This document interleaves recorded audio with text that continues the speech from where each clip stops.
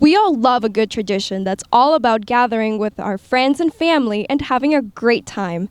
Take Saltwater Day, for example. Each year, members of our community gather for a fun day at Lawrence Harbor. There's plenty of food, games, activities, and so much more. But how much do you know of its history? Let's take a trip back in time and visit our old neighbors, the Lenni Lenape Indians. It's safe to say New Jersey residents love to visit the shore in the summer. Well, so did the Lenni Lenape Indians, who often visited the Raritan Bay area to fish and harvest Shingarora oysters and clams.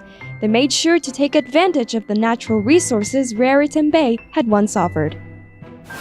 Fast forward to the early and mid-1600s, the British and the Dutch settled in the area. At this point, we begin to see sloops in the Raritan transporting goods for trade. They carried farm produce, flour, wood, shingles, and oysters. The sloops sailed to New York, Barbados, and even to Ireland. It's clear that Lawrence Harbor's waterfront was significant for its navigational and commercial activity. But another characteristic of the waterfront was its popular recreational use. In the 1800s, farmers across the Garden State gathered at the shore every year on the second Saturday of August, a day which became known as Saltwater Day. On this day, the community came out to share food, play games, enjoy music, and take part in other festivities. Sound familiar?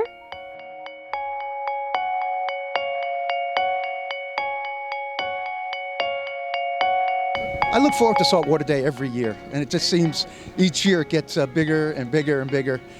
This is my 8th one as mayor, so I really enjoy it, and I think it's a great turnout, great weather. Well, this year it looks like we have more vendors and food concessions than we've had in the past. Seems to be more activities for people to do. We have gone, in the last 5 years, we've gone from about 30 vendors up to 56 this year, so it's definitely grown a substantial amount. This year we are celebrating National S'mores Day, giving out s'mores to all the vendors and all the people attending. We have food trucks and rides and games and all things for everybody of all ages. This is my 5th year as a township employee, but I can remember back as long as I've lived in Lawrence Harbor, coming down with my family, cousins, and friends, and just enjoying the day. I think seeing all the kids come out and have a good time, enjoying time with their families, and really getting together as a community is the best thing we can ask for.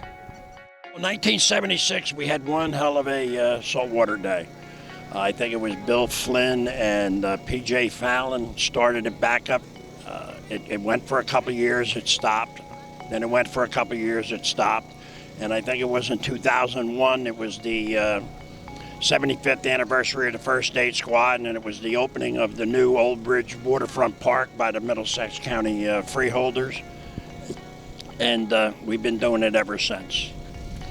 From there, it's evolved different ways, the entertainment, now the fireworks show. That's the biggest draw, I think, is that fireworks show, because it is spectacular.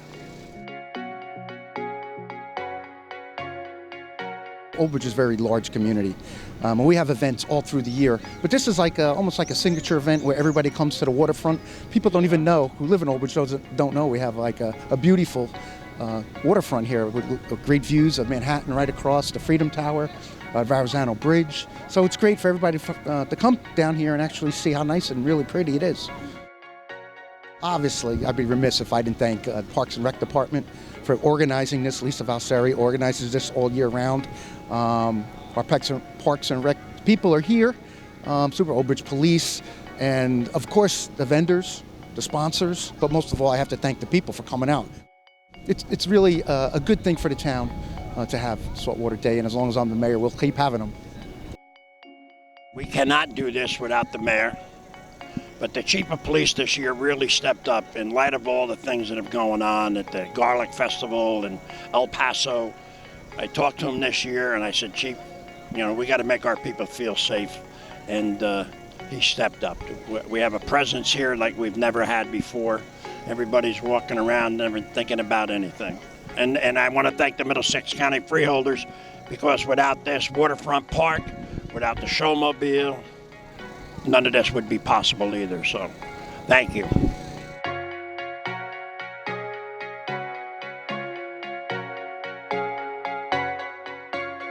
I think having it in Lawrence Harbor shows a different end of town that everybody doesn't get to see on a daily basis. They go to our regular parks, they do the things like that, but coming out to Lawrence Harbor, seeing the beautiful beach and meeting all the people that you might not see other times of the year. Gives a chance for everybody to come back home. You know, a lot of people grew up here, moved away. They have a chance to come back home and enjoy the festivities, and then end it off with a big bang. I don't know what it would be like anywhere else. Lawrence Harbor, Clipwood Beach is an old bungalow development, you know, and they're right on top of each other. So you have that closeness, you know, and everybody went to school together and everybody grew up together. So even when you move away, you're still a harbor rat, you know. And it was funny, they had the T-shirts this year with the harbor rat and the little earring with the LHRO, which is Lawrence Harbor Rocks Out. It's everybody it's that tight connection.